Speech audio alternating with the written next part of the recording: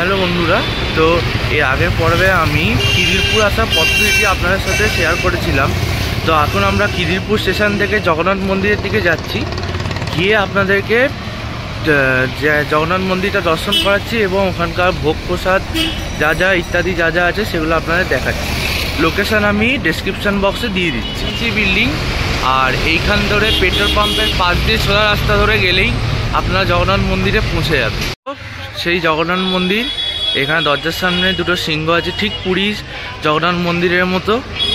আর এইটা হচ্ছে বাতামঙ্গলা মন্দির, এখন বন্ধ আছে, সকাল একটু 9টা বাজে। এটা হলো শু স্ট্যান্ড, এখানে হচ্ছে জুতো রাখার জায়গা, আর এখানে লকার সিস্টেমও আছে। এটা হলো সেই জগন্নাথ মন্দির, এই সামনে আমাদের মন্দির।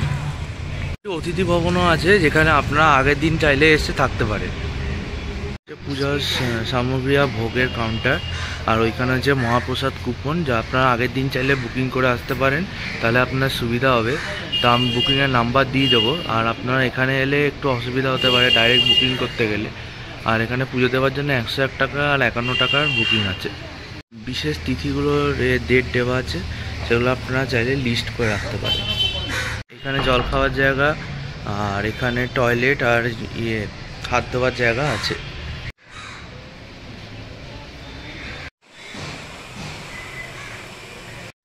তো এইখান দিয়ে জগন্নাথ মন্দিরে প্রবেশ করার রাস্তা। তো জগন্নাথের মন্দির, এই যে দর্শন করাচ্ছি।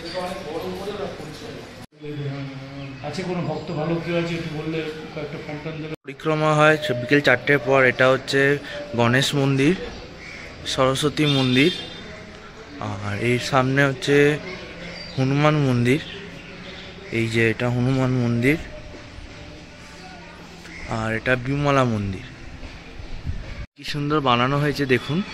এই যে ওপরে এখানে লক্ষ্মী মন্দির আর ভগবত মন্দির, আর এই পাশটা একটা বারান্দা মতো আছে, এখান দিয়ে আপনারা দর্শন করতে পারবেন।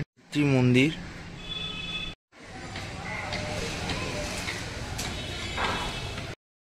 তো আপনারা যদি পুরী নাও যেতে পারেন, আপনারা কলকাতার খুব কাছে এই মন্দির, তো আপনারা এসে এখানে একবার অবশ্যই ঘুরে যাবেন।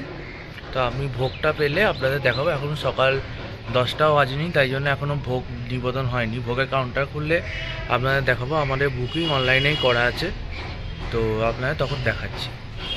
এটা হচ্ছে মহাপ্রসাদের কুপন, ভবনের ঠিক পাশে।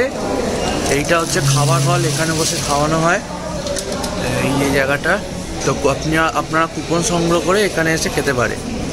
এগুলো সব ভোগ এখানকার যেগুলো দেওয়া হবে মহাপ্রসাদে, তো এগুলো দেখে নিন আপনারা।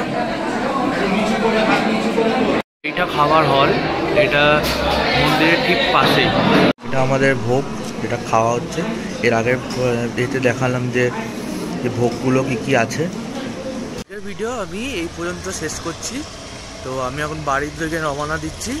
আবার কোনো পরের ভিডিওতে দেখা হবে। ততদিন সুস্থ থেকো, ভালো থেকো। আবার দেখা হবে। আমি নবনীল, NGN নীলকেশ।